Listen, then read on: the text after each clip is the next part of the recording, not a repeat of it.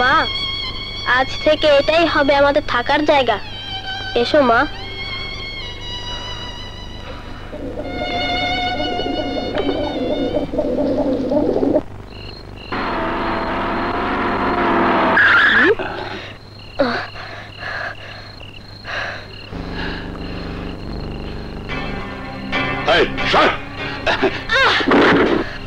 সালাম রাজা সাহেব, রাতে মাল আসবে, মালগুলো রিসিভ করে গোডাউনে রেখে দেবে। ওকে রাজা সাহেব, সালাম।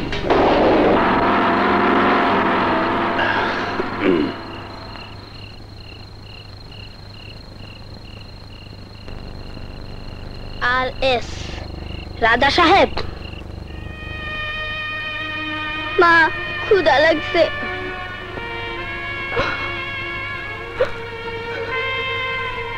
মা,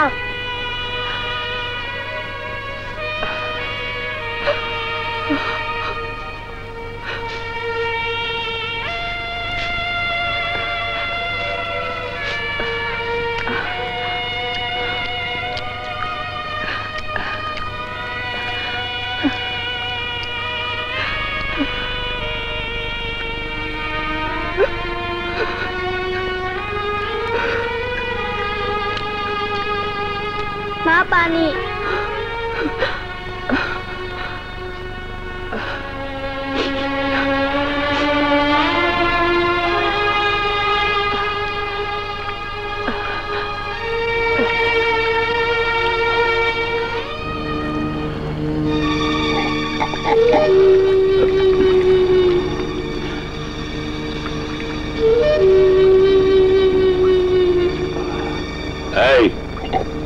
এদিকে এসো।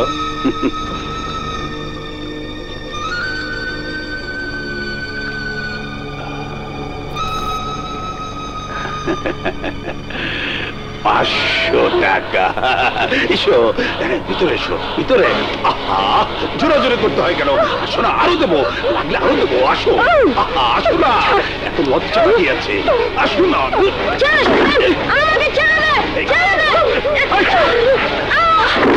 আরে আসো না, ধরো।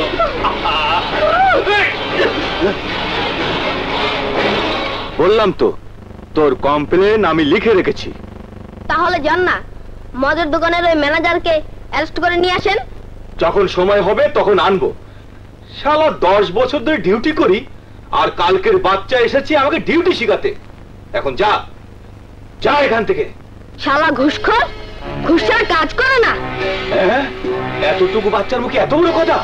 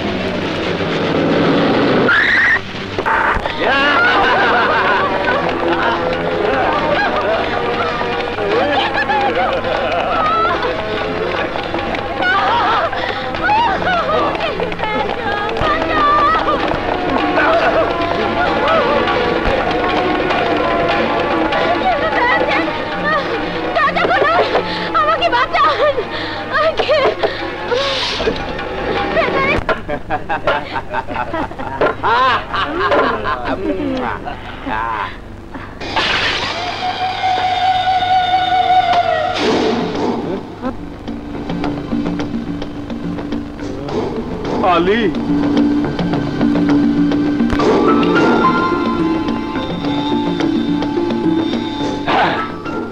আমি আলী। গরিবের ইজ্জত নিয়ে খেলিস? গরিবের ইজ্জত নষ্ট করিস?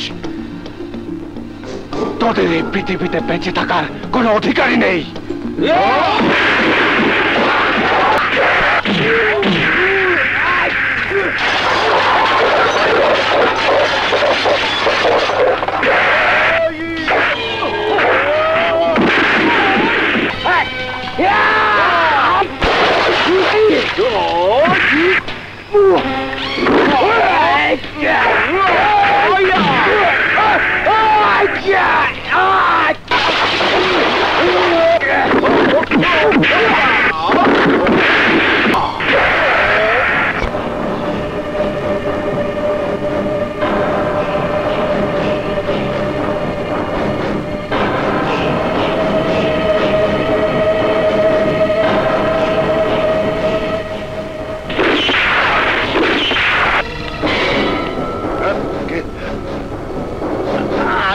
বাবা এসো এসো, আমরা তোমার জন্যই অপেক্ষা করছি।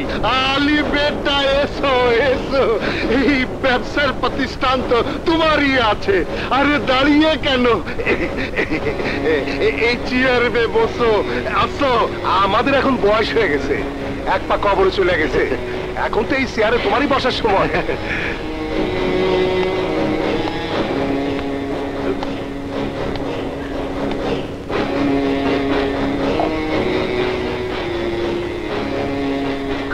এই এদিকে এসো, এসো। মা,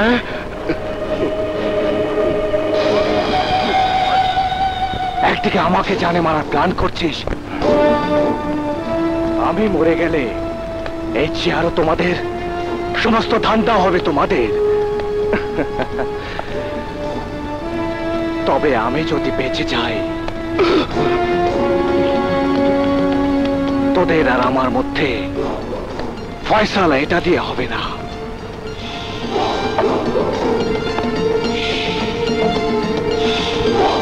ফয়সালা হবে এটা দিয়ে।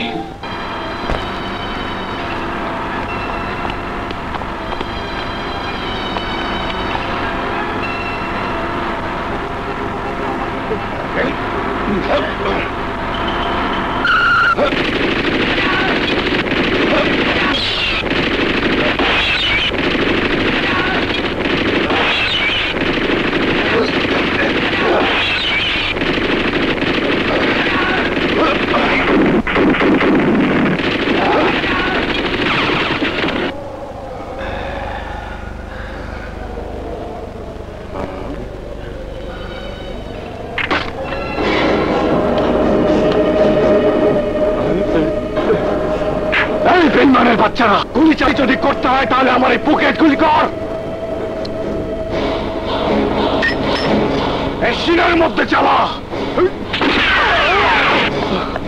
মার শালারা, মার আমাকে।